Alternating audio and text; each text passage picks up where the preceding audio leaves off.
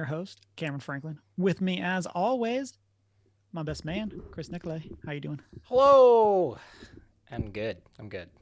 Really good. Joining us, the person who will eventually be running sound, camera, action, all of those things. Emma, how you doing? Have been running all of those things Yes, but Not not for for us. and us. will Yes. continue to run those things, just not for you guys yet, if at all. And then from the Great White North, Shanine, how you doing? Um, Still no snow, so doing good. That's a yes. It could come at any time now. It's Let's true. be honest. It's true. Like we're No halfway one through September. suspects It's the very. Spanish Inquisition. I'm guessing 3 days. 3 days. Hard no. September 16th seems like a good day for snow. I don't know why, but it does. You are mistaken. Just for a dusting. December 24th is the appropriate day for snow. October 31st is the appropriate day for snow. I'm gonna go out and say never because I'm in Texas and our grid literally can't support anything. So, but we're not here If to it talk started about. snowing where I am, something would be horribly, terribly wrong. Oh, just wait. This week we are not doing our normal episode. Instead, as you can tell from the title, we are doing our Shang-Chi Spoilercast, where we are going to be talking about all things from the latest Marvel film. Before we get into that, as always, listeners, you can find us over on our social media as OneGeek411. You can join our Discord server if you want to chat between shows or shoot us an email at 1stgeek411@gmail.com. You can also check out our show notes on our website, onegeek411.com. And you can watch live on our Twitch Monday nights, 6:45 Mountain Time, and then find the videos over on our YouTube where you can like, comment, and subscribe. Or some days also... 7:15. So, sometimes times happen, and not saying what happened, but hypothetically, people lock themselves out of their room. Well, they're already late, and then they lock themselves out of their room. And then I don't remember if I said this, you can rate, subscribe wherever it is that you listen to podcasts, and then check out our Redbubble store. So as we are starting with Shang-Chi, we'll do a little bit of the plot in just a moment, but what is everyone's 2-sentence review of the movie? Oh, I guess just also say, full spoilers, good luck. If you haven't seen the movie, it'll be spoiled. Now is your chance to back out. Normal caveats. Darth Vader's Luke's father. Dumbledore kills Snape. Other way around, Snape kills Dumbledore. Got there. And all the Shang-Chi spoilers that are about to occur. So Gandalf didn't die. Yep. So with that said, what's everyone's 2-sentence thoughts? Better airbending than Avatar. It's funny that you say that. That was also literally my thought. It's like they did a better Avatar movie than M. Night Shyamalan. Right? It's not even set in the same universe, but nailed it. Fun camera work and cool dragons.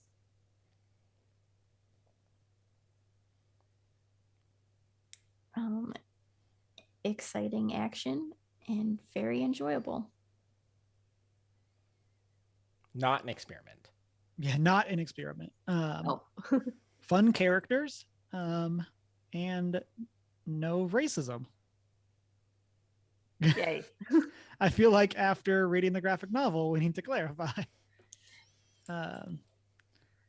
So, as of recording, Shang-Chi has made $256 million worldwide. What was budget? Do you know? Does it say? I can look it up. I am not seeing that on Box Office Mojo. Also should say broke all Memorial Day weekend records. Mm-hmm. Or Labor Day. Whatever day budget was 150 to 200 million. So it's surpassed its budget. I wish I could just have a range of like $50 million, like a $50 million budget, like just a random. It's like somewhere in here. It's like big gap, like $50 million. Just throwing that out there. That's I the asked that dream. because I feel like that's a good comparison for like having the box office budget to like what their budget was. I definitely agree. And I feel like this might be even like the side tangent, but like I feel like that's even interesting with movies that are considered a flop, but still did well, like compared to their budget. But Just in general, I find that to be a fun comparison. It's also always good to know. Just because. I don't know. I forgot what I was going to say. Ignore me. but it was There fun was to a know. thought there, and there was something I was going to go into, but it's gone now. So let's get into Sorry. Oh, go ahead. I was going to say, we should also note that Shang-Chi did not receive the Disney Plus treatment. It is exclusively a theatrical release currently. Yes. That's where I was going. Got there eventually. Nailed it. Also, I would like to point out, before I go on to Cameron, your point earlier, in comparison to the comic book of no racism, there's only one white person of like significant role in the entire movie. I would just like to point that out. Like everyone else is a POC. So like that gives a huge comparison to the comic book. I mean, there's a few white people. Well, of prominent like There's character. two. Who's the other one? I mean, Trevor's white. I suppose. Because I'm assuming you're referring to arm dude. Mandarin. The Razor Fist. I was talking about Razor. I assumed you were talking about Razor Fist. Oh, well, I guess that's true. And then I was going for Trevor. I was also thinking of, in my head, he was like, because I think they say that he's like from the Ukraine or something. I guess technically that's white, but you know. So the plot. Thousands of years ago, Shang-Chi's dad discovers the 10 rings. They're mystical weapons that grant him immortality and godly powers. You can definitely tell I'm just reading the Wikipedia. He establishes the 10 Rings organization, not the one from Iron Man 3, but the one from Iron Man? Question mark? It's kind of unclear. And he begins conquering kingdoms, toppling governments throughout history. How many organizations are there that topple governments throughout history in the Marvel Universe? Sure seems like there's a new one every movie. Looking at you, Black Widow. Right. Then in 1996, he begins searching for Ta Lo, a village said to harbor mystical beasts, and expand his power. He travels there and meets Ying Li. They two fall in love after a sick fight. And then the villagers reject him because, he literally wants to conquer the world. Not typically what you want for people that you bring into your village. And then they end up having 2 kids together. And Wenwu abandons the 10 rings to be with his family.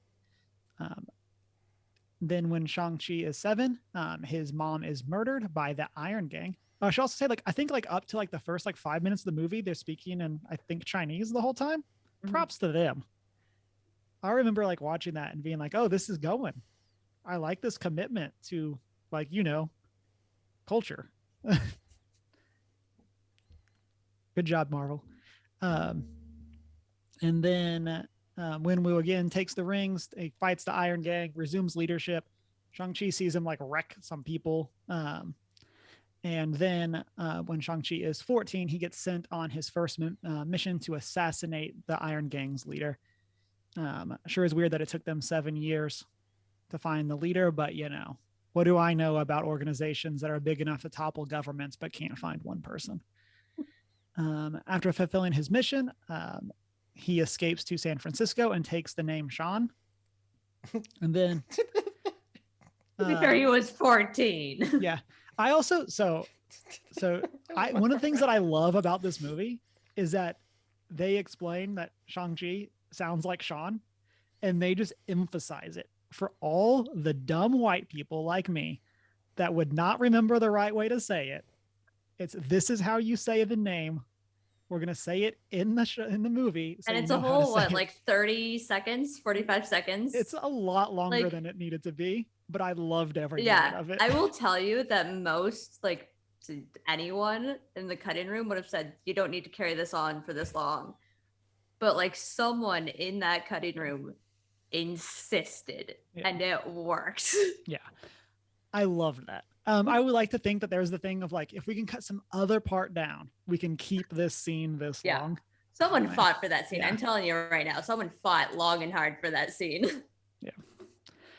In present day, Shang-Chi and his best friend Katie are valets, and they end up getting on a minibus, a Mooney-bus, which I guess is the San Francisco, Municipal Railroad. And they get attacked by the 10 Rings. We get the fight scene from the trailers, and they are fighting over the pendant. And then eventually Shang-Chi loses, and he has to reveal his past to Katie because he, just like wrecked a bunch of people. And then they go to Xialing's underground fight club. Wikipedia says underground. It's literally in a skyscraper. So somebody should edit that. And the 10 Rings that attacks the fight club does not go well. And Wenwu arrives to capture everybody. They're taken to the 10 Rings compound where Wenwu takes the pendants, use it to create the map to Talo, which conveniently exists there, and how to get through the shifting maze, and decides that he's going to go destroy the village because, plot twist, he's hearing voices of his dead wife as she wants him to come rescue her. And he then puts all the young people in prison where they meet Trevor Slattery from Iron Man 3. They have I guess before this, they have a conversation about the Mandarin. And eventually the group breaks out of prison and makes their way to Talo, where Morris, the most adorable thing ever, guides them through the shifting maze so that they can get to Talo before Wenwu's forces. There's not even any proper way to describe Morris. Oh, no, You just got to see Morris. Morris is just Morris. Morris and is Morris and is the adorable, best. and I want a Morris in my life. Upon arriving at Talo, they tell the village what's up. We see a bunch of cool mythical animals. Katie gets like a super short lesson on how archery works, which is very obviously going to be relevant later in the movie. Xialing finds out that she's allowed to train here because her dad wouldn't let her train. And then they find out that the voices calling to their dad is the Dweller in Darkness, because we had to have a generic CGI villain. Yes. And then Wenwu and the 10 Rings arrive. They fight. Wenwu uses the rings to help break the Dweller in Darkness out. But the 10 Rings and the people of Talo team up and start fighting back the forces. Shang-Chi and Wenwu fight over the rings. And eventually Shang-Chi Kamehamehas the Dweller in Darkness, and everything is saved. And then in the mid-credit scene, we get a conversation where they speak with Bruce Banner and Carol Danvers and discover that the rings are emitting a mysterious signal. And then in the post-credit scene, Xialing becomes the new leader of the 10 Rings. So that's our overview. How do you think this movie represented the characters compared to what we read in the comics? See our last book club, Cameron. Hopefully we'll put a thing here. I mean, once again, Shang-Chi is traveling the world. Mm-hmm. Mm-hmm. And his dad is pursuing him. Yeah. With assassins. Yeah. Just They trying did to a go good- places. Just trying He to just go wants to places. go places. They did a good job of maintaining that sense of his origin from the comics, of like where he started. Mhm. And this is, I mean, for me personally, this is the first time I've read a comic before seeing a movie. And like, I was glad to see that without like, obviously they changed some things, like the 10 Rings wasn't a Shang-Chi storyline and yada yada, but they did a good job of honoring that original source while fixing some of the problems that existed within it. Some of the many problems. Some of the many issues.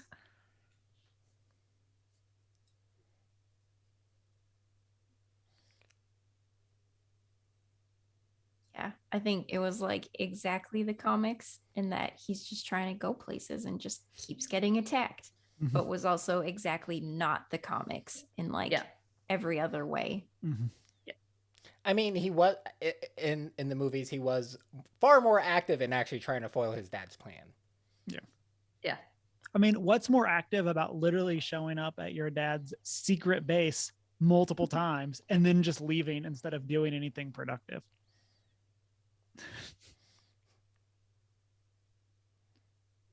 Yeah.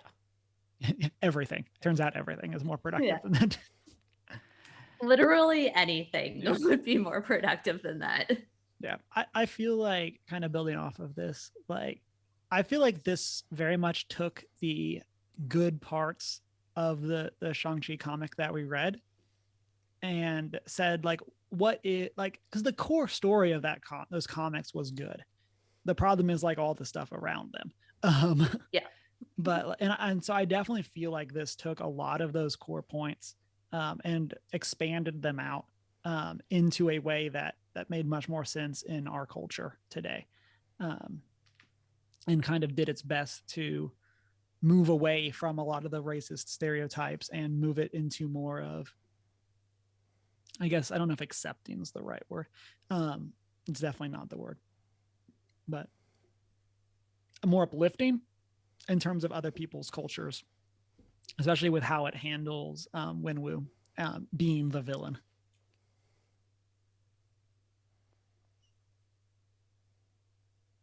And I mean, I guess sort of going off when would being the villain, like I feel like they did a good job of also like making him a human.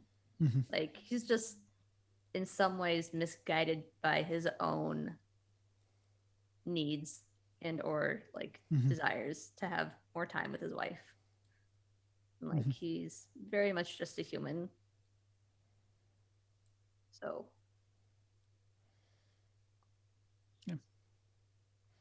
I thought it was interesting that he basically just gets scammed.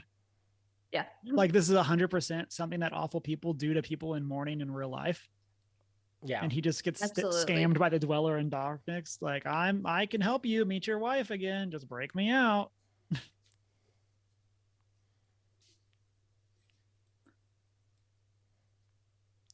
But also, like, I found him. I found the villain to be, or him to be. I don't know, his overall story,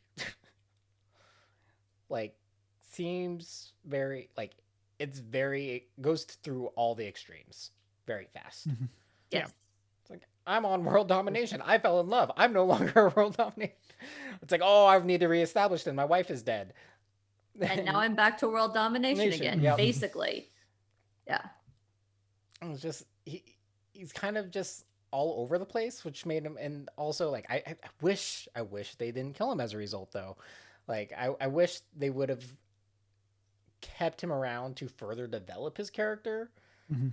I mean, like, Yeah. a lot of the emotions and everything he went through do make sense, but Because most of his actions were based on the grief of his wife dying. mhm.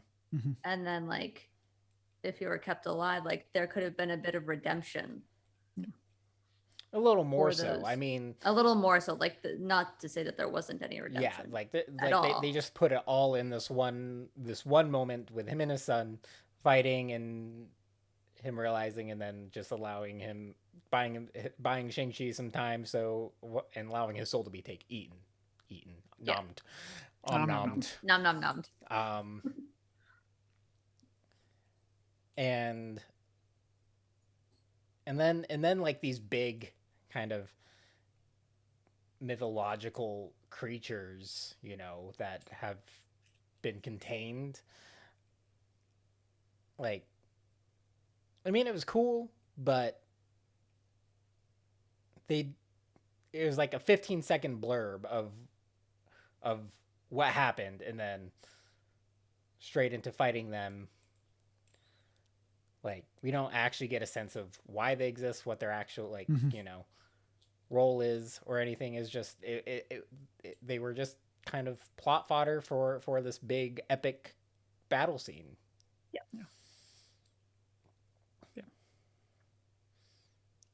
Kind of go Yeah. from oh, go ahead, Shani. I was just gonna say, I think I was kind of disappointed in the Mandarin as a villain. I think like as a character, what they did with him was interesting, but as a villain, I just expected him to be more villainous. Mhm. And yeah, with him dying at the end, it felt like kind of a cop out for Shang-Chi. Like he didn't really have to defeat his dad at all. It just kind of went away. Mhm. And then kind of moving forward with any future Shang-Chi plot lines, like that's just not available anymore, Mhm. which felt like they could have done more with that. And I think on that, maybe I'd built up the hype in my head because I heard a lot of people online talking about how great this villain was. And I don't know, I kind of found him to be like cool, but definitely a villain. Like it's one of those that like he's very clearly warned that what's happening isn't what he thinks it is. And he just goes, no, I'm right. I'm going to do this.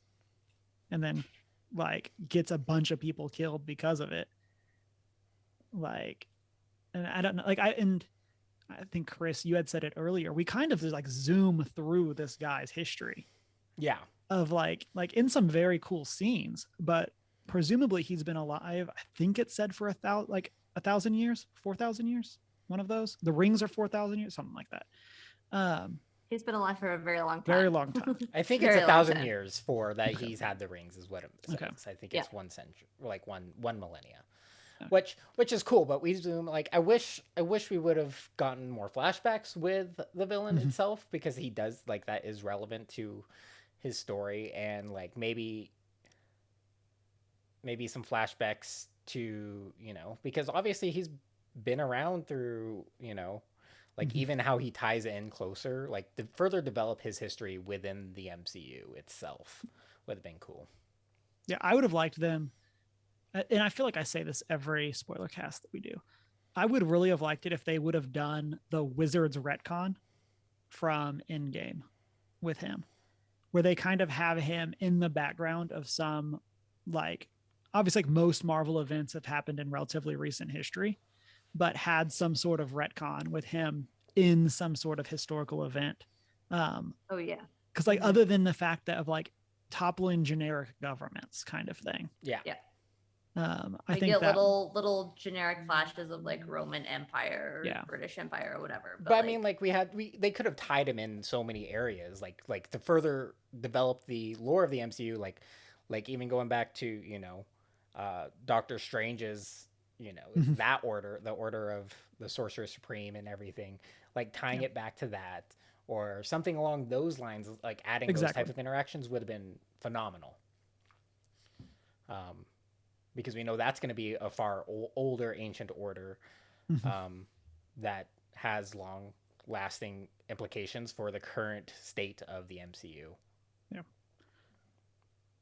Even like, and maybe it was because we get Wong later on, but like maybe that was going to be too much of a reference to that one thing they felt or something like that. But like, I feel like we could have seen him fighting some of those wizards, doing something like, even like encountering the time stone, and that's what leads him to want to get to Talo, because he gets stopped by somebody, like his first defeat in hundreds of years, and now he needs to find Now I'm more in power. love. Yeah. But what did y'all think of this like family relationship that we get? We mostly get to see it from Shang-Chi Xiaoling and Wenwu. But what did y'all think of how that was presented? I feel like they did a much stronger job in this one with the family relationship than they did in Black Widow. Like it felt more solidified and like concrete as like, that relationship between Shang-Chi and his sister. I don't remember his sister's name. Like it felt more like a sibling relationship than in Black Widow. So it made it a bit more like believable. Yeah, I was gonna say the same thing. Like they did the dysfunctional family reunion a lot better than Black Widow did. Mm-hmm. Like, Even though we like literally never see them as kids, or basically never see them as kids together, versus the whole intro of Black Widow. Yeah, the way they set it up, or the way they showed it and kind of alluded to the past, and kind of telling Shang-Chi's portion or like side of his leaving his father, and like just like they didn't have to tell much, but they did show a lot. Like their reactions toward each other just make a lot of sense. And also even the dad's knowledge and manipulation of Shang-Chi's feelings toward his sister made sense. He like playing off the guilt that it's like, oh, I know he probably feels bad about abandoning his sister with me because I'm terrible. So we're gonna send this little note. We know where they both are, and that kind of manipulation there, it seemed reasonable. Like all the reactions made sense to me. Yeah, I feel like I almost called it a twist. I feel like it's fairly obvious that the letter's not from the sister. But I love that line of like, I always know where my kids are. Like I thought that was a very cool, like, oh, you're such a cool bad guy. Like that's one of the things of like, how did you find us? It's like, I've always known. It's like you're not very good at this, Sean. A, you're bad at hiding, but I've always known. It's just never been relevant until now. yeah. You were 14 and had no prior experience with the outside world. Of course I knew where you were. Right. And I just followed you from there. It's like, duh.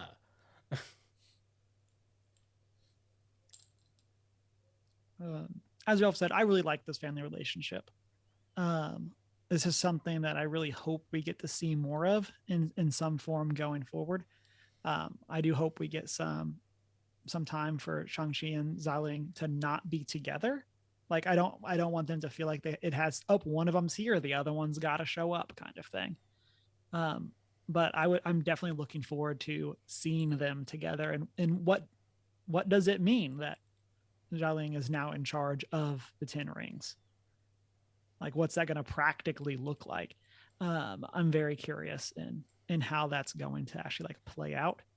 And then yeah, just to echo what y'all said, it's so funny how the dysfunctional family gets handled so much better in this film than it does in Black Widow. I just had a thought as well as how like the friendship with Katie also in many ways feels like it fits into that dysfunctional family. Like Katie's not a family member. She's never met the sister. She's never met, the dad, whatever. But like, she just like has this moment of like, what do you mean? Like you have this random sister and crime boss dad. Yeah. And then she just goes along with it, and her like panic and just freak out moments fit into that, sort of connection of just like, it just works. And it's like makes her feel like she just is accepted as an extended family member already. And I think one of the things that like plays really well into that is that we get to see Shang-Chi interacting with her slightly dysfunctional family. Yeah, in very comparison. Entertaining, awesome family. Yes. Yeah. And I think that's definitely like a plus. Like we get to see that he's very much a member of that family, and then she kind of gets pulled in as like and that family bond into this other side of his life. One of my favorite things is that they are these pretty well talented, like stereotypical, like they have a certain natural talent at things, uh and obviously like, but they're slackers. Mhm. Yeah. Like, and I love how the family brings out like this very kind of almost stereotypical Chinese, like Asian family, putting pressures like, what are you doing with your life? What are you like? Yeah. It's like you could do so They much more. yeah. And like even with They, their friends, yeah. like their Asian friends that they have, and just like, nah. If you want me to get nitpicky, that like whole scene towards the beginning would have been a great place to plant like an archery skill for Katie of Mhm. like she took archery for a little bit as a kid, but like just gave up on it or whatever of like, and then you would have had this great like payoff later where like she then like picks it up again for this battle scene and like somehow remembers it. Like they could have added something in there of like a little jest. Yeah. Her younger brother very much could have made fun of her or something, or Yeah. have her wearing a shirt about archery or something Yeah. like that. Like, And like later on the show, my favorite thing is that the MCU is just like, there's your heroes now. It's like there's no uh oh man, what's the term? Like there's no secondary persona. There's no like you're the hero. there's no now. secret identity. There's no secret identity. There we go. Um, you're not trying to. It's like, oh, Shang-Chi is Shang-Chi now. Like the world knows who he is. It's like boom. Mhm. And I love how they continue that ever since kind of like Iron Man. It's like yeah, we know Steve Rogers is Captain America. There's no secret there. Mhm. And it just kind of carries, it continues, and just I love that that's a thing, and they kind of they intentionally make it a point that it's like, this is your life now. You're not going back to valet driving. Sorry. Um, I had this later on, but based on how the conversation goes, I want to say, as our only two Phase 4 films, how do you think Shang-Chi compared to Black Widow? As Shadeen smirks. A lot better. Yeah. Barely even a comparison. Yeah.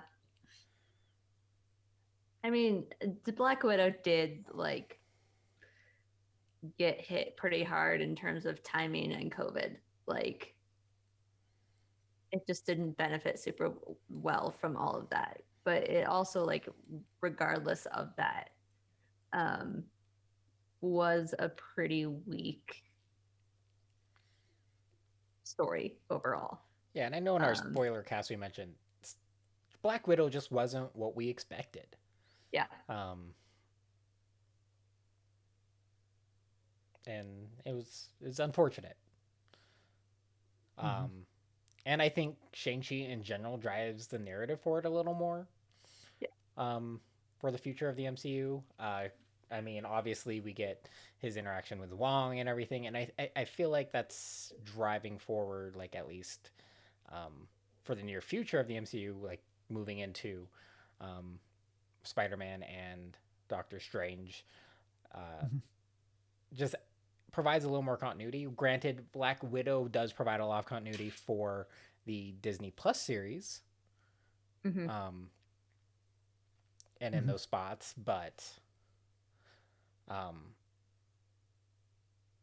as a feature MCU movie, I think they probably put too much emphasis on those subplots with Black Widow, and Shang-Chi is actually a driving force moving forward for the actual movies. Mm-hmm. Yeah.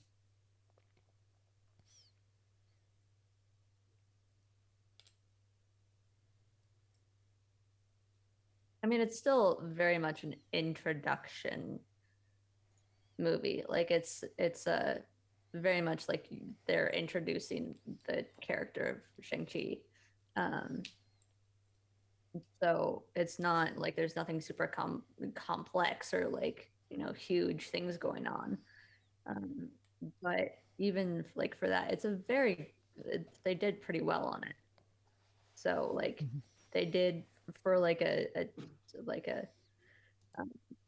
idol character and like character movie, it's considerably better than Black Widow in the sense of it just fits and it's more coherent.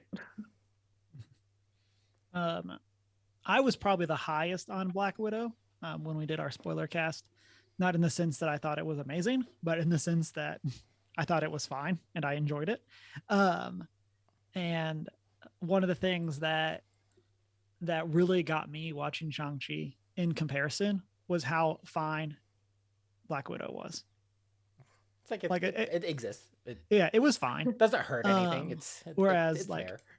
yeah, like and maybe part of it to the point Chris you made, maybe it's because we haven't seen the full influence of Black Widow yet, because it's presumably going to tie into Hawkeye based on what we've seen, and we got a little bit of how it loosely connects to Falcon and Winter Soldier, so maybe there's going to be some of that where Black Widow in hindsight is going to be much more intrinsic. But after seeing Shang-Chi, it really struck me that Black Widow feels like filler. It's the beach episode, and then Shang-Chi Or felt Siberia like episode, I guess. yeah, In this case. yeah, exactly, yeah. Whereas like Shang-Chi felt like the start of a new season. Like I really, and this is even one of the things that we had talked about in our Black Widow spoiler cast of, and I think Chris, you had made this point there that Black Widow is a really rough kickoff to Phase 4. And like it, and I kind of asked this question of like, well, what if they had just said that Black Widow was the last movie of Phase 3? And the like seeing Shang-Chi really makes me wish that was true. Like, your perceptions going into it are considerably different based on how they would classify it. Right. Based on their marketing, right? Like Yeah. They marketed Black Widow as the kickoff for Phase 4. And it did not feel that way. But Shang-Chi really felt like a great introduction of a brand new character that's going to have influence on the wider story. And it's one of those, the more I think about it, the more I wish that was the case. I will Marvel is really just very much so, and even though they're like feature films, it's very much an episodic storytelling format. Like they're feature films, yes, but they're all connected in the way, like the basic format of it is that of a television show, in the sense that they're trying to accomplish this bigger storytelling scheme. So it is, well, they're feature films that, follow the production schedule of a feature film. There's this whole like episodic thing going on. So it is like at its base, the Black Widow would have benefited more from being end of Phase 3, just as that like mental category for everyone involved.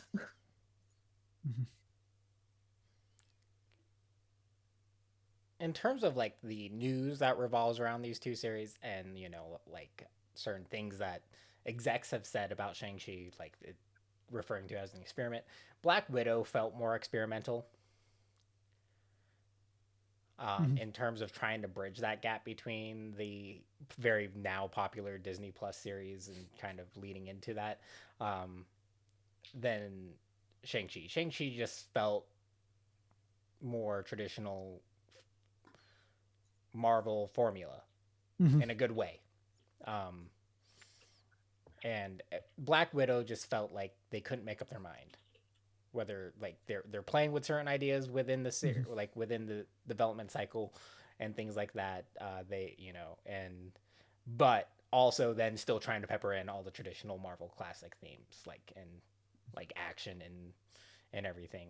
And yeah, I just think Shang-Chi was just well executed. It's like well planned. It's like we're just gonna follow kind of what we normally do with these series with a few awesome story elements, and it worked and it paid off. Also makes me want to watch Crouching Tiger, Hidden Dragon. Because they did such a good job with the choreography and the martial arts in this. Yeah, I went to see it with a friend of mine who is more well versed in like those various styles of um, fighting than I am, and he was telling me about it after, and he was just like, "Yeah, I'm really impressed and glad that they like were relatively consistent or like entirely consistent. I don't remember his phrasing with the fighting styles because that was a big concern." Another So, nice thing is they didn't label the fighting styles, yeah. which helps, which is so different than the comics. You know, they're constantly The calling master it of kung fu. kung fu and stuff, and which is fine if that's what you're going for. But it's just like, well, all the language was correct in the movie, and that ultimately even alluding to, like, they reference that he learned multiple styles. It is a, you know, you are learning multiple things, which the martial arts history, especially in China, is massive. It's not just kung fu. It's not just, you know, like, and even within kung fu, there's so many different branches and sects, and they did a good job respecting that. Yeah. Although there were no Bruce Lee references, and that's a little There, I want to kind of transition us. Oh, rip Chris. Man. And Rest in peace. I'm going to kind of segue us into another question, but I'm going to like tie this back into this idea of Black Widow. So I ask for no reason whatsoever, what'd y'all think of the action in this movie and how it compared to Black Widow? I mean, I personally had some fun admiring the camera work because that's something I notice given my current education. So I was having fun with that because there was one scene that was in like a car fight where they like, it's technically like a one cut, but I have a feeling they like did some sneaky cutting where like they go from being inside the car to going through the window to being outside the car and then going back in the window to be like in the back seat or whatever, and then they move into like the front seat again. I was like freaking out over it. I hardly noticed the fighting because I was like, this camera work is so cool. But I was just like, it was near the beginning, so I was looking for all the cool camera work after that. So that's like my one connection is the fun camera stuff.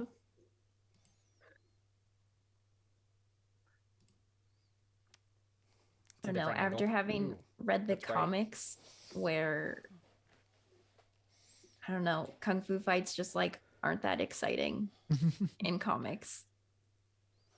It's when it's a whole page of like him flying through the air in the exact same pose. I'm like, Every time. woohoo. But yeah, I think this character translates to the screen really well. And the action sequences were all very exciting. Yeah. So the reason I ask, and people in chat, shout out to people hanging out with us. They're talking about Taskmaster, specifically Travis, and talk about how they did Taskmaster dirty. And one of the things that really stood out to me is that in Black Widow, we saw like, it felt like we saw all the Taskmaster scenes in the trailer. Like it really didn't feel like Taskmaster did anything remotely like important in that movie that we hadn't seen. Whereas for Shang-Chi, it felt like we had seen a lot of the fight on the bus in trailers, and then that fight was even cooler in the actual movie. And I think like part of the fight scene on the bus comes down to the reveal. Yeah. It's like the trailers made it seem like, you know, this was a piece of Shang-Chi, whereas like in the movie, it's the reveal that Shang-Chi is Shang-Chi. Yeah. Like, look at his abilities that no one else around him knew about. Which was nice. Yeah. And I think that was kind of like overall just like, I think that's such a good setup for the movie going forward, because I was really surprised at how early that was in the movie. Like in that it was that very first reveal that he's a trained martial artist. And I think it's really interesting again how like that scene was way longer than I anticipated it being, and it didn't feel long, at least to me. Like I thought that was such a cool part of that. And then we get into a lot of the later fights. Like we knew that Shang-Chi and Wenwu were going to fight, and then that fight is really cool. Like, and it just feels like overall they handled that side of the action way better. And maybe it was because the martial arts were just way cooler. Yeah. But The martial arts definitely gave those fight scenes a different feel to them than in some of like in many of Marvel's past fight scenes. Because obviously it's a unique. I mean, there's so many different. I'm gonna say use the word genres of martial arts, like kung fu and karate. Like they're all originating from different, cultures. But it gave those scenes a unique feel, that was, so unique to that movie because they did such a good job of being accurate with them. And that was a lot of fun to see because it was like it didn't feel fake.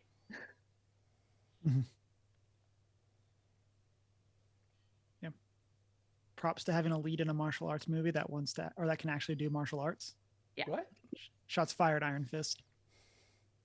Whoa! Because that wasn't a film, but same point. So Serious. it's random question: is Iron Fist in the comics a white guy? Yes. Okay. Yeah. I don't know why I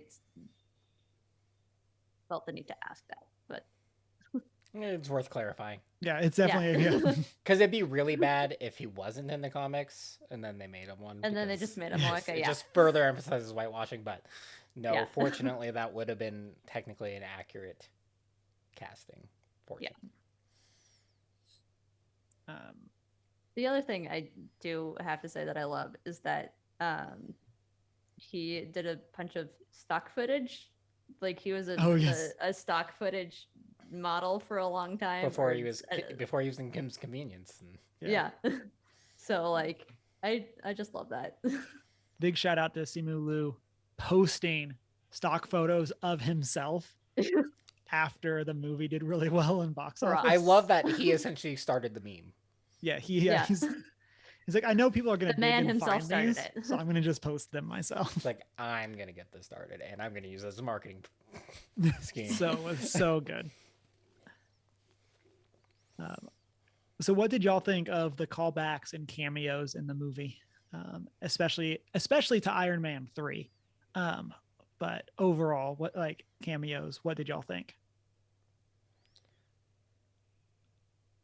I still wish they would have done more, like with that.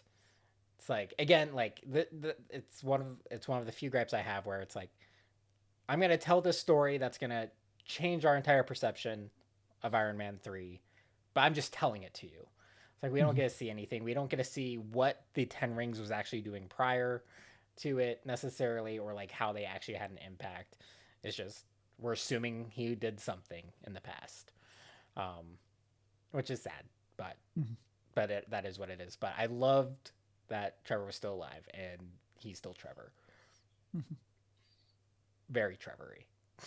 Yeah. I was so surprised. I thought we were just gonna go through this movie like, this is the Mandarin. We're ignoring everything we did before. It was bad. We're sorry. And then we just like bust into this room, and there's Trevor. And it's like, Yeah. oh, okay. To use a very deep cut reference, it really reminded me of several years ago at E3 when Square Enix revealed Final Fantasy 15. And then I was like, oh, there's no way we'll see Kingdom Hearts 3 here. Then literally the next trailer was Kingdom Hearts 3. That's kind of how I felt with this. I was like, oh, okay, they're at the table. They acknowledged Iron Man 3. Cool, that's what we're going to get. And then like literally Trevor's in the next scene and is like then an integral part of the rest of the movie. And I'm like, oh, they did it. Like I did not expect that at all. They gave him some kind of redemption, whatever that looks like. Yeah. I also, thank God, I thought I was hallucinating. I thought that was so good. And He and Katie were the two like big comedic relief characters. but they, like in such a way, But in good ways. such a amazing way. Yeah. But also like my biggest thing, especially with Trevor, is it redeems the casting of Ben Kingsley. Yeah. Mm-hmm. It's like, because Absolutely. what they did, like they cast Ben Kingsley in Iron Man 3 for the Mandarin, and then we get this weird twist. And it just did such a disservice for that casting, and now we're getting that kind of redemption, and hopefully we get to see more cameos of him doing crazy things like within with like alongside these crazy heroes, and just like I can talk really to wanna the see, headless chicken thing. Yes. I really want to see Trevor and the guy from Ant-Man like tell each other stories. Like that's the short that I want now. After this movie, very much like redeeming Trevor. That's really I think that needs to be a Disney Plus miniseries. Lewis. Thank you. Lewis and Trevor needs to be one of a my Disney Plus longtime miniseries. desires is that Lewis just gets his own thing because there's comedic gold there, and now he has a friend that's going to go on the list with him. So in terms of other cameos, I really liked them. Obviously, we had the Wong Abomination one from the trailers. What I wanted them to acknowledge, and a Panda Boy in chat had mentioned this, is I did want them to call out if the 10 Rings in Iron Man 1 is this actual organization. If I've seen theories that they're a splinter group, like that was kind of something that I was hoping they would acknowledge, because they very much in all is hail 10 Rings mentioned in Iron Man 1? I haven't seen they're it in the a long time. they're the bad guys that kidnap Tony Stark Okay. at the very I beginning. haven't seen it in a long time, so I don't quite remember. Because Continue. in All Hail the King, which they put out on Disney Plus, and I guess was on the Thor Dark World DVD, so I'm sure we've all seen it. Like in that, somebody from the 10 Rings breaks Trevor out of prison so that he can be taken here to be prisoner, and it's very much kind of implied there that this guy's part of the same organization, but then like it's like, to what degree is the overlap, like that kind of thing. And so I'm kind of curious to if they're going to ever tie in with that, or if they're going to just kind of just like leave that up in the air and say, fans, make your theories. But what did y'all think of the other cameos?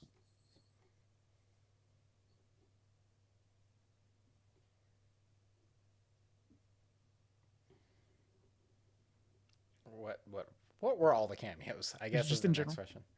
So we saw one of the widows from Black Widow. Did we? In the in Xialing's Fight Club place, in one of like the smaller rooms. Oh, okay. There's also someone with Extremis from Yes. I wish he would have blown up. Yeah, in one of those fighting rooms as well. We got Wong, Abomination, and then we did get at the end, we get Bruce Banner and Carol Danvers, kind of as, I guess, the main cameos. The main tie-ins, yeah. Yeah. Wong, I feel like Wong needs his own series too.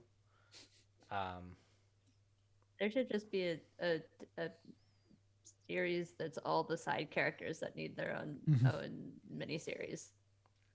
All the side characters get together and have their own show.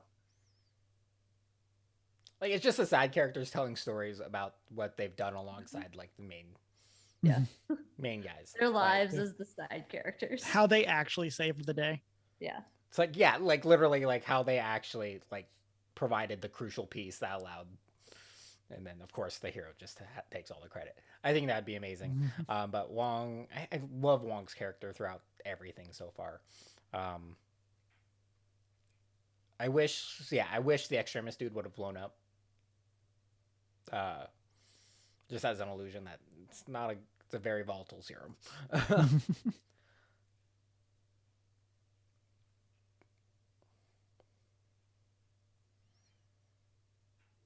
Also, Carol, you get my number from Bruce. I don't. Yeah, I don't have her number. I don't have her number. She does this every time. She does this all the time. She's just busy, protecting several hundred planets or whatever. Whatever it feels like a very she does. Carol Danvers thing, though, too. Yeah. So just walks out and takes a jacket and a bike, like in her movie.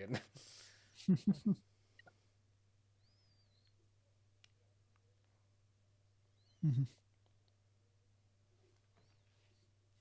In chat, Devil May Cry says, "So the sequel."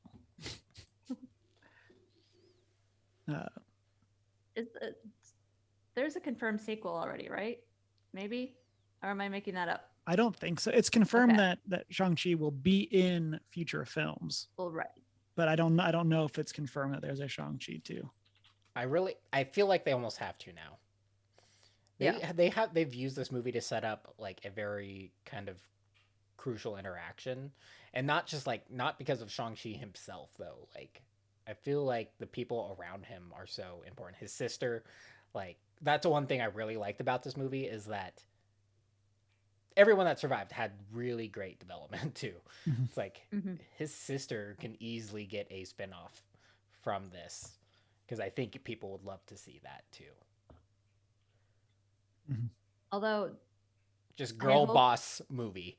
Just girl boss movie, but she can't be made into a villain because there is a fear I see there, her as like an at least anti-hero at this point though. Yeah. anti-hero but not villain, because there's a chance with that end credit scenes that they're trying to make her like give her a reason to be a bad guy, but she doesn't really have a reason to be a bad guy. No, just She straight could up be an anti-hero, anti-hero, for sure. She's Mhm. like, but I want to run an empire. That's all I. yeah. It's like I got blocked out. I finally was able to do some training. I'm gonna start imparting that to all these other women around me that I'm bringing in, and Maybe team up continue. with all those random widows that are But hanging it's out. like for profit, for like kind of mercenary work kind of situation, but very picky. In chat, Chunk says she's going to be another Loki. I think that's the type of villain that would be really cool for her, is to see her more as that that sympathetic anti-hero kind of thing. Mm-hmm. Um, Not where full like, baddie that wants to destroy everything, but just kind of but mostly baddie, yeah. but good enough that you think you can change them. It's like yeah, baddie with some great redeeming features. Yeah. It's like yeah, my empire, but I donate 10% to charity, so Yeah. like it's like I do humanitarian work. I take in all the like- homeless children like- and then raise them to be my assassins. It's like I'm a part of a big, kind of underground evil, like not necessarily evil, but our morals are definitely askew organization, but we do humanity. So like when I take out my competitors, they're bad people too. So it benefits the world. Like it's just like this weird bad logic. Yeah. That like leads them to do bad things, but they're not bad people, right? So we've kind of hinted at a bunch. What are your favorite characters and favorite moments from this film? I mean, I Well, really like coming- Katie. Oh, go for it, Janine. I was gonna say, coming off of his sister, she was my favorite character.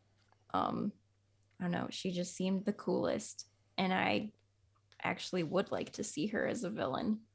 I think she'd be a super cool villain. Like full on villain or Yes. But she doesn't have any good reason for it. So kind of like the guy from Black Widow, except actually doing stuff instead of just sitting in your cloud castle thing. Yeah. like I don't necessarily want to see her go full villain because she had so many good like redemption pieces like through in Talo, and I just feel like it'd undo some things like to see her go full baddie. Well, Or and- she was in it for personal gain the whole time. I mean, And now she has the 10 rings. Curse your sudden but inevitable betrayal. yeah. but yeah, I agree though. She was definitely Yeah. one of my favorite characters, and but also like I feel like there's a piece. So like when she jumps on the Great Protector, and I feel like within what this lore is that Great Protector probably has some sense of people's intentions. So like for them to get along that way, like I feel like there has to be some great redemption like within her. Yeah. Potentially. Just to go with the dragon lore.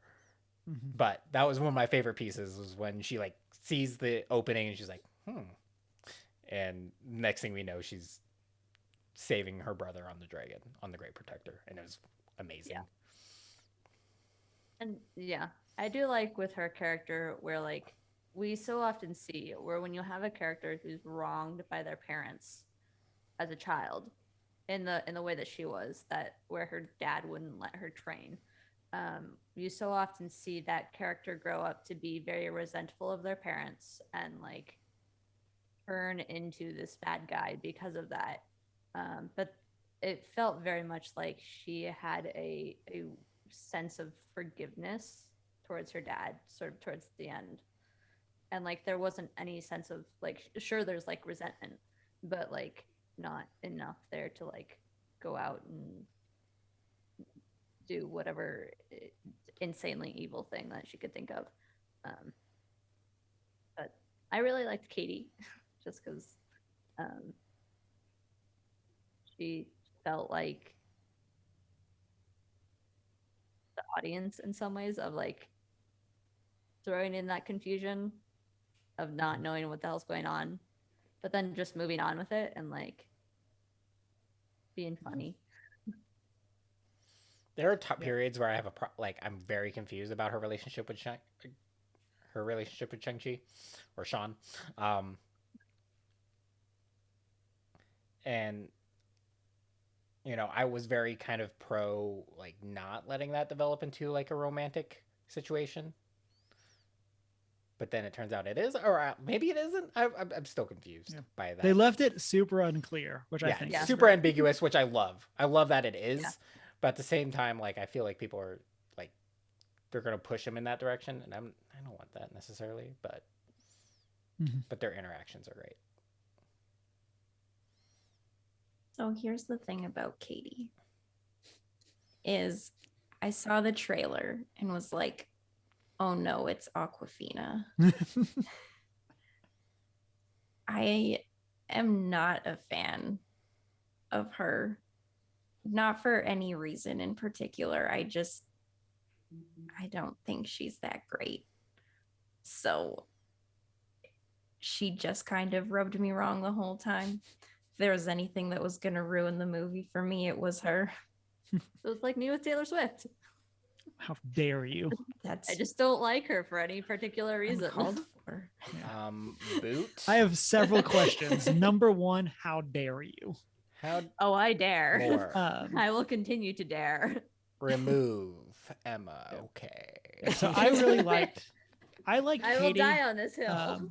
In the sense of like when we did our Shang-Chi book club, one of the things I said was the best comic was when Spider-Man was there, and seeing him get this play off of Spider-Man. And obviously this Shang-Chi is way more interesting than the one from those comics, just like base level. But I feel he's like actually a character. Yeah, he's like, he actually does things besides my dad sent assassins, but I defeated them. And I really liked her kind of playing off that more like goofy side of Shang-Chi, because I feel like the movie very much could have strayed way more into like, okay, well, it's time to get serious. Where I kind of feel like her being there for most of it and Morris being introduced very much kind of kept that sense of levity throughout it, even as it got towards that more serious final act. And so I liked that side of her being there.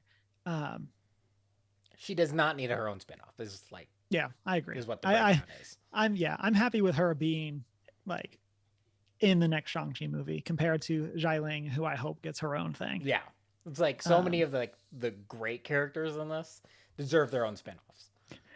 Travis Kim in chat says cool Awkwafina felt like a third wheel to me. You're not wrong. Like, I agree that her role of comedic relief was needed. I just don't like her and how she did it. It felt out of place. Mm-hmm. I know a lot of people really love her, and that's so great that you love her. I just can't. Granted, I did also see this movie late at night after a very long day of work, so like my opinion might change when I see it again in a more coherent state. Like, Yeah, I think her role is one that is exclusively tied to Shang-Chi's comedic relief. character. Oh yeah, And Um, probably comedic relief, but yeah. I mean, yeah, like that is her that is a role she plays and plays well, but that like I think what her character did well in this is it did bring depth to Shang-Chi, because otherwise we'd probably just have a broody, weird, awkward young adult that doesn't know what he's doing with his life and then gets attacked by assassins. Which is like that's the comics. Like it's her character, like definitely like having someone that's alongside Shang-Chi in these adventures is what allows us to see as a human. Like I feel like if they had a recurring character in the comics, it probably would have made him a more three-dimensional character. But everyone just gets killed off. Like if they would have redeemed Midnight early on in the comics and like had him as a secondary character alongside Shang-Chi, it would have made him so much more compelling. Mhm. And I think, yeah, Kim just provides that outlet of development, kind of like, hey, we're finding our way. We are thrown into this chaos together. We're together, and watching him kind of deal with his graphs and being open, like providing that outlet to reveal his history, was great. Mhm. So, favorite moment, pick, let's say one moment. Looking back on the film, one scene, whatever. What is your, when you think back on Shang-Chi and say, I really enjoyed that movie because blank? What's that one moment? I mean, I really liked the camera stuff. The cool camera stuff in the car fight scene. That's just me being a like very specific nerd. So, Nothing wrong with that. you know. I would say like the early fight scene between uh Zhu Wenwu and the mother was definitely one of my favorites. It's just it had the iconic styling of the like 2000s crouching tiger hidden dragon, that era of kind of the period kung fu movie, like that is made and developed and done in China and done by people who actually know the martial art. And it really just set the tone that this is a movie that everything's well researched. We're doing this right. We're gonna honor the traditions of these martial arts in a way, and so that scene set the tone for the rest of the movie for me, for sure.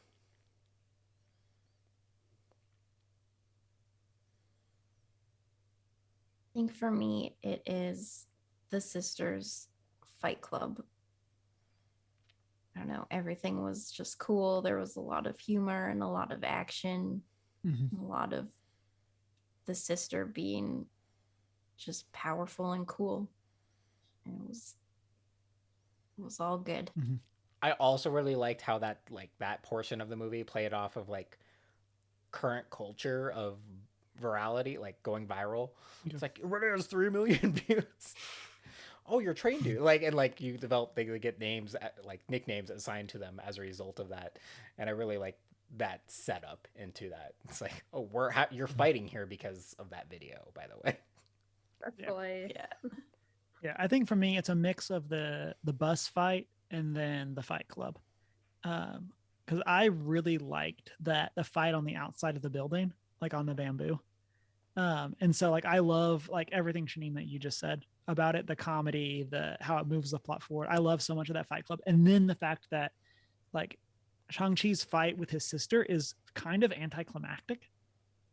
But then we get this other fight once their dad shows up, and that's kind of the big Mm-hmm. like tentpole moment of this scene, is them fighting their way down the side of the building. Um, I thought that was very cool and a very great way of kind of like subverting expectations for that scene. And so I really, and yeah, so I loved it like that. And also shout out to Katie betting against Shang. Yeah. That was a great little moment of, I don't know her, but I'm going to just assume she's going to beat you. That Yeah. kind of thing. And I loved how they also like in that, and like in terms of film history, they use so many great elements from like previous kung fu, or Jackie, more of like an allusion to Jackie Chan, Yeah, like on the bamboo scaffolding, and like the kind of the acrobatics that are involved in that.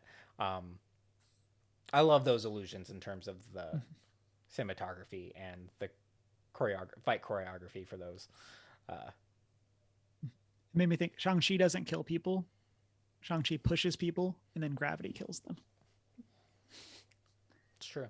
Same morale as Spider-Man. Yeah, Spider-Man. He doesn't kill people. He just throws people off buildings. And then what happens to them after that that's between them and the ground. So, Yeah. Well, I mean, it's more so Spider-Man's always posed with a choice. It's like, yeah, the villain's falling, and so are innocents. I'm going to save the innocents first. Yeah. If I have time, then they're still in the air, I might go after them and, tie them to a light pole so they get thrown in prison. But that's an afterthought. got other things to do. So based on this film, you can greenlight one MCU project. What do you greenlight?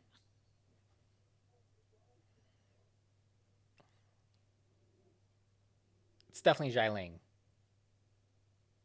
She like, I want to see what she does with the Ten Rings. Whether it's anti-hero or somehow gets roped into being a villain.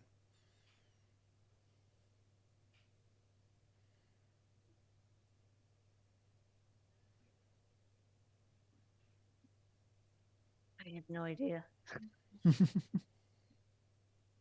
I think after having read the comics that we did and then seeing this, I'm really 100% gung-ho for a Shang-Chi Spider-Man team up. Yeah, that'd be good too. Uh, I want to see so I many just things wanna, from like, this, a- actually. Yeah. Side character thing. That's all I want. I'd also be very pro, like, a full-on period piece following Yes. Wenwu, the dad.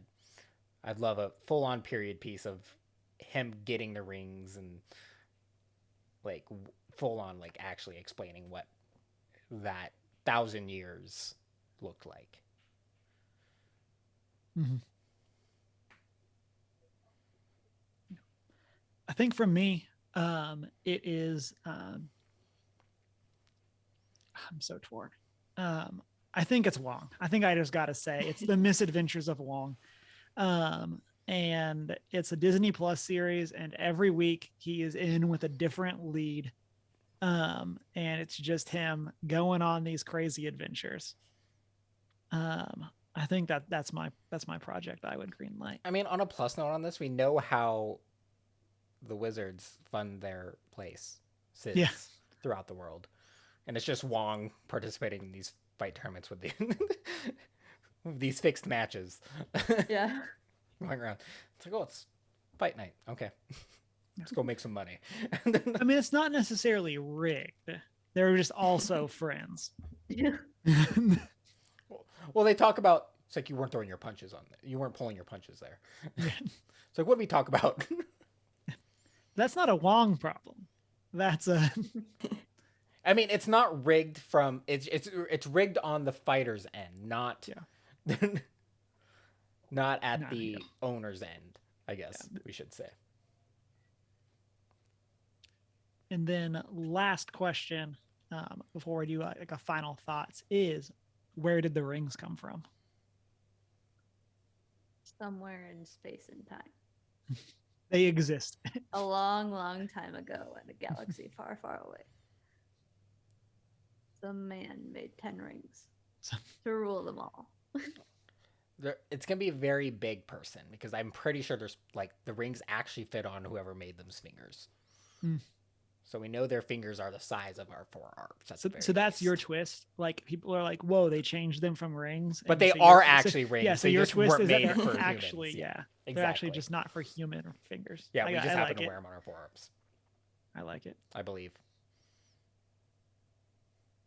Well, we have from I don't know what the origin / context is, but in the Eternals trailers, some very large people, Mhm.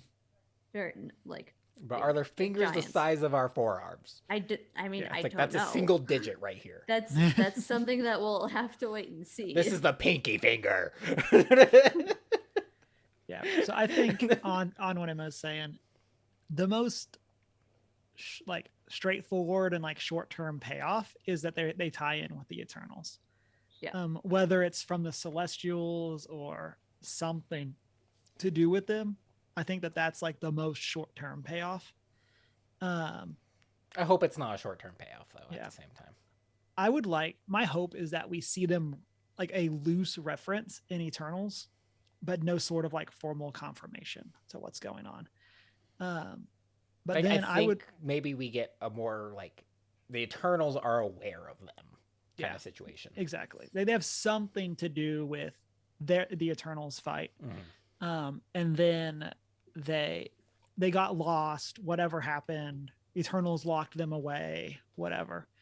And then we actually get a formal payoff to where they came from, that the Eternals had to lock them away at a later time. That's kind of my hope.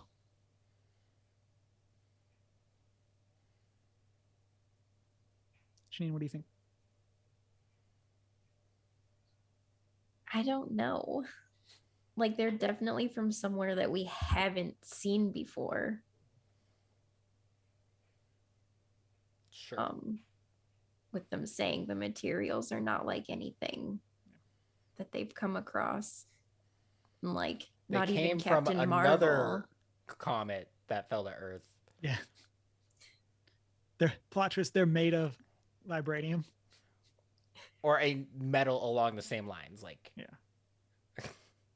they crashed here on Earth a long time ago. And instead of building a country on top of the deposit,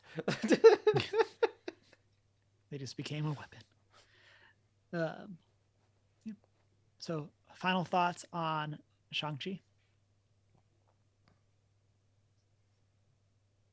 Overall, a pretty solid movie. No complaints about it. it definitely relieved any skepticism I had. Initially, they did such a great job with representation and really proving that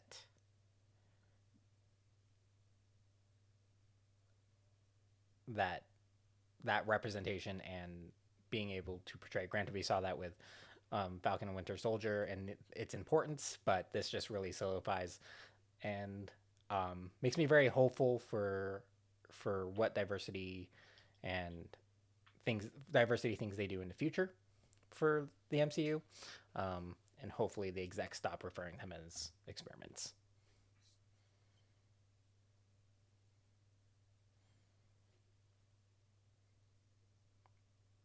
I'm going to go out there. This is probably my favorite character introduction movie, like origin movie. I'll agree. Yeah. I wouldn't necessarily say it's my favorite solo film, but in terms of introducing a new character, this is probably my favorite. I'd have to make the tier list to confirm, but this is probably my top one. We also get a younger character. That's also cool. Mm-hmm. Although it makes me feel old.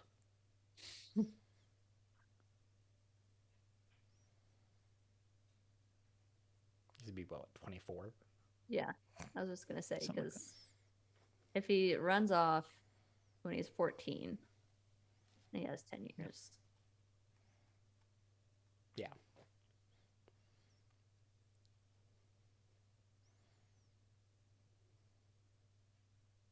Janine, you got a final thought? I don't know. I have minor complaints, but overall it was very enjoyable and I would recommend it and would also watch it again.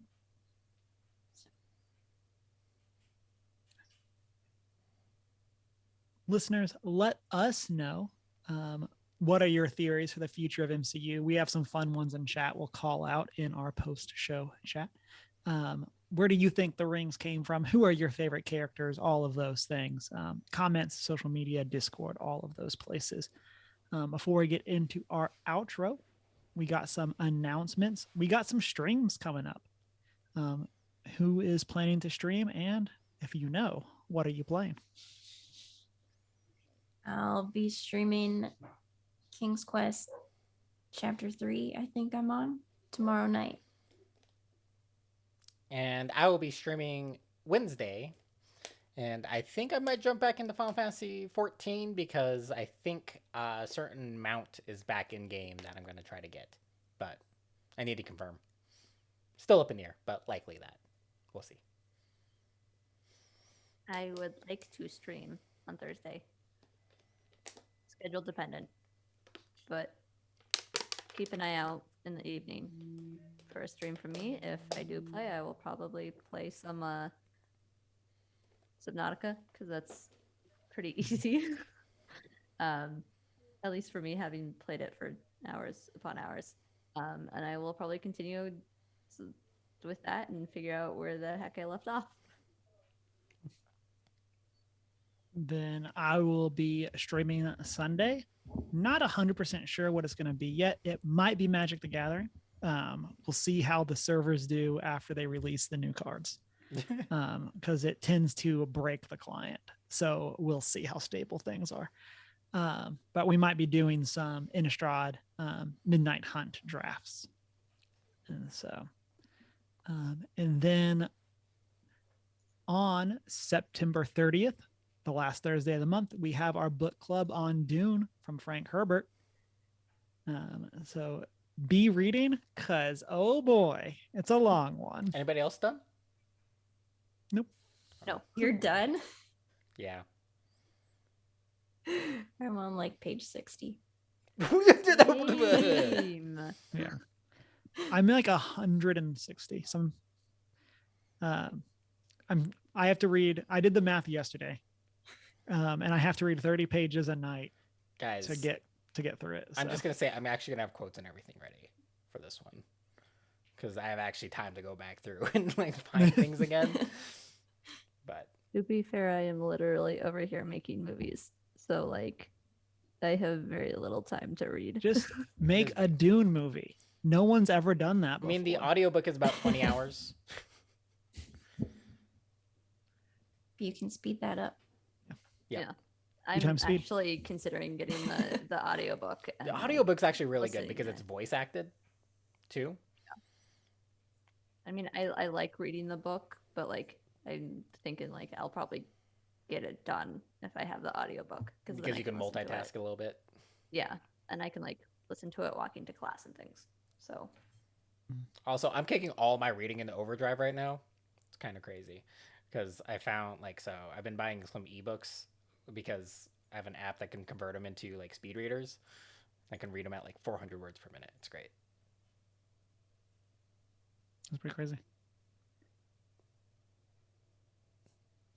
Listeners, we will be back next Monday with a probably regularly scheduled episode. We haven't talked about it. Might be talking Magic. Not really sure.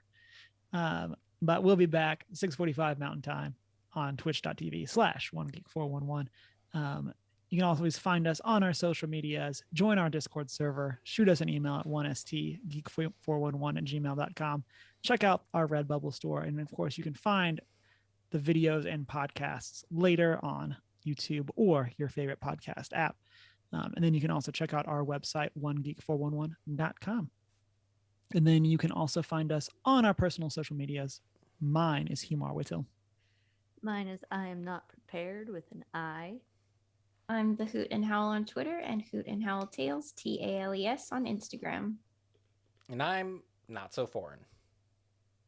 And it's been a great week. Wash your hands. Drink some tea.